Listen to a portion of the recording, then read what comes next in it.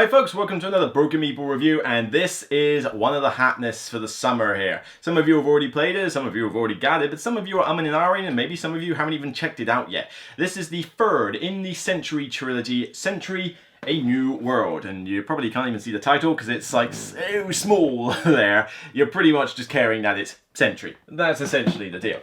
So if you're not akin to the whole Century Spice Road thing, basically what Plan B Games and Emerson Matsuuchi, a very reputable designer, has basically created this trilogy of games. I mean, it's very much the same like mechanical device in each one, in the sense that your plot is basically to take cubes of different colors, convert them into cubes of other colors, and then generate victory point cards with them, whether it's claiming cards or going to spaces or anything like that. And the idea is that there was Century Spice Road, and then there was Century Eastern Wonders, and now there is Century A New World. Yes, there's also a Golem edition, but you know, if you think this whole thing of having a trilogy is a cash grab, the Golem edition is basically the ultimate cash grab. Cash grab! You know, it is basically the exact same game, except they just changed the aesthetics and made it a little bit better.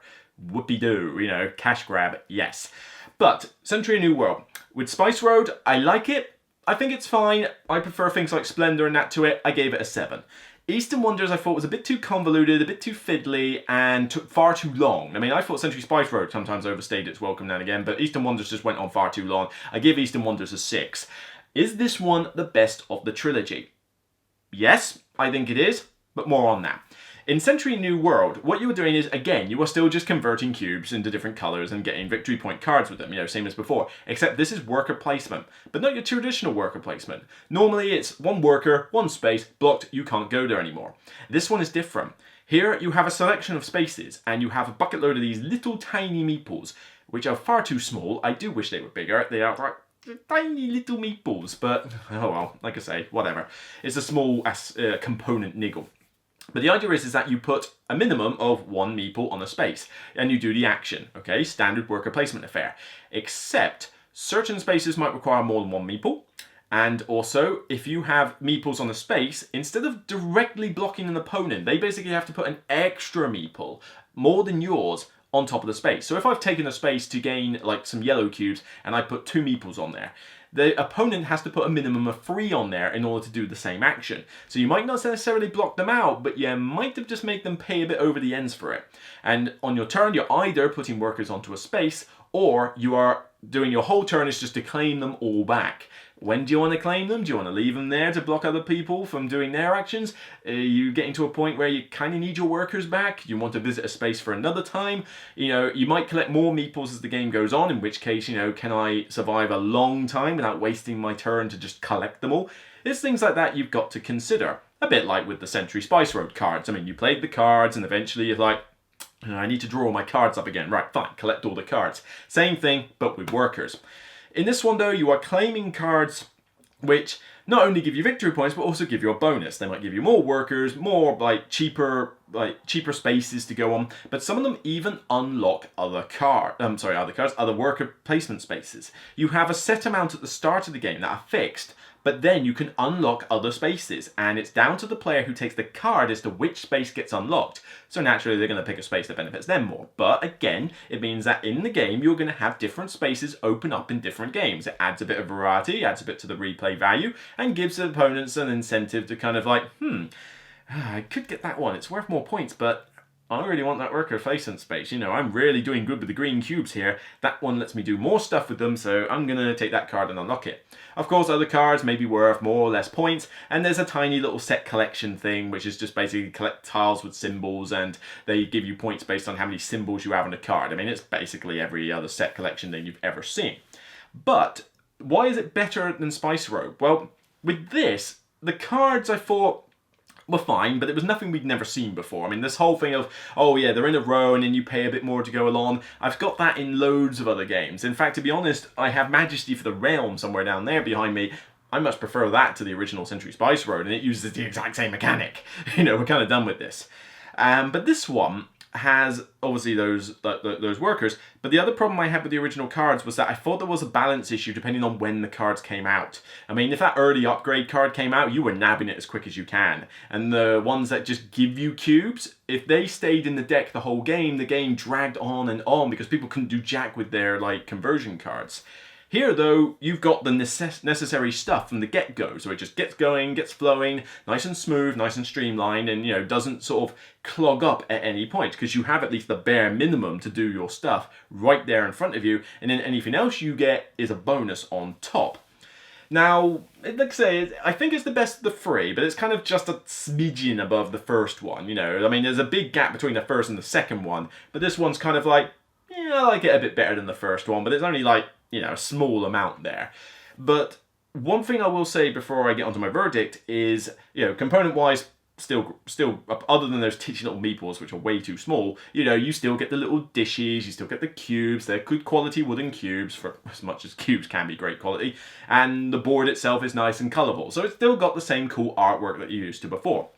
But what you're probably wondering is, how does this play as a combination? Because even though there were 3 different games, you can combine all 3, or 2 of them at the time, into a slightly different game, and that's what people are probably more interested in. Well, you can do now 1 and 2, or 2 and 3, or 1, 2, and 3. And they give you rule books for them all, so you're going to have a lot of rule books everywhere for all these different combinations. The idea is that it basically plucks a bit out of each game and then combines them all into this, essentially, a slightly bigger, more epic version of converting cubes into cubes, as if you can put the word epic in front of that sentence. But in terms of which ones I like best, I don't like well, I like them fine, but I'd rather not play any of the combinations that use Eastern Wonders, because the problem is Eastern Wonders, like I say, was just too convoluted. This whole thing of, I've got to get my thing to that space, then I can do the conversion, but then if there's a hut on it, I get it for cheaper or free, I can't remember, and then if I take huts off my board, I get points if I take off ones in a row in it. It just added too much convolution for a simple gateway game, and dragged out the time. So, I'm not a fan of doing this as a 1 and 2, or 2 and a 3, and I'll do the 1, 2, and 3 at a time, but again, I'd just rather not have 2 there in the first place. However, what you can do is 1 and 3, and that, I think, is the best of the combinations. I think 1 and 3 are perfect, then 1, 2, and 3 would be next, and then probably, I would say, 2 and 3, and then 1 and 2 would be the worst of the 4. But, well, if you're not including just playing them on their own, in which case Century Eastern Wonders on its own would be the worst. But 1 and 3, I think is the best combination, because with that one, you just basically have a few extra spaces and some of those Century Spice Road cards, and if you go to the space, you get to do the card and do the action. It's a very simple include, but it just brings sort of like the best elements out of the 2 together into one not too much more complicated game, and gives you some more options. If the spaces aren't going your way, well then you could go for the cards instead. It's a nice, neat way to incorporate 2 games together. Of course, like I say, I mean, I would happily, if I was to own Century Spice Road, I would just buy the first one and the third one, just completely ignore Eastern Wonders. You don't have to have all 3, it's just that if you have all 3, you have the option of doing the 1, 2, 3 combo. It's entirely up to you. So all in all, Century: A New World is a fitting addition to the trilogy. It is my favourite of the trilogy, but in terms of its rating, it still isn't capable for me of surpassing a 7. 7 is still good though for me. It means that I like the game, it means that I will play it if it's offered, but it's not one that will necessarily hang around in my collection for long, because I have to admit, my collection is getting to the point now where I have to reserve it mainly for games that I rate 8 or higher, apart from a few cherry-picked 7s that I think, oh yeah, I want this for this group of people, or gateway game, that kind of thing. But Century is not one that I would keep personally, but it's one that when somebody says, oh, you know, we need 30 minutes, 45 minutes to play the game, you know, Luke, do you want to play Century Spice Road? Or New World, whatever, I'll play it. I still like it. I still think it's a good, well-designed game, even if the whole thing is a bit of a cash grab. But it's still, like, it deserves respect. So, you know, 7 for New World on its own. Probably a 7 for the combo as well. You know, I mean, it's just another way to play the game. It's not like a necessity or anything like that. If you're only going to buy one of these 3 games, though, I recommend buy New World.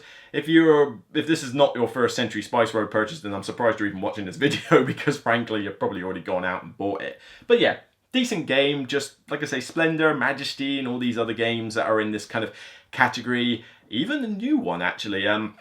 Ateliers by AEG, that's one that's getting a review at some point soon. Even that I actually think I'd rather play than Century Spice Road. Little mini spoiler there, but we'll get onto that in that review. So that's it from me. I'll see you on the next Broken Meeple review, and until then, regardless of whether you're changing this cube into that cube or that cube into that cube, no matter how unepic it can be, it's still only a game. Take care, and I'll see you on the next video.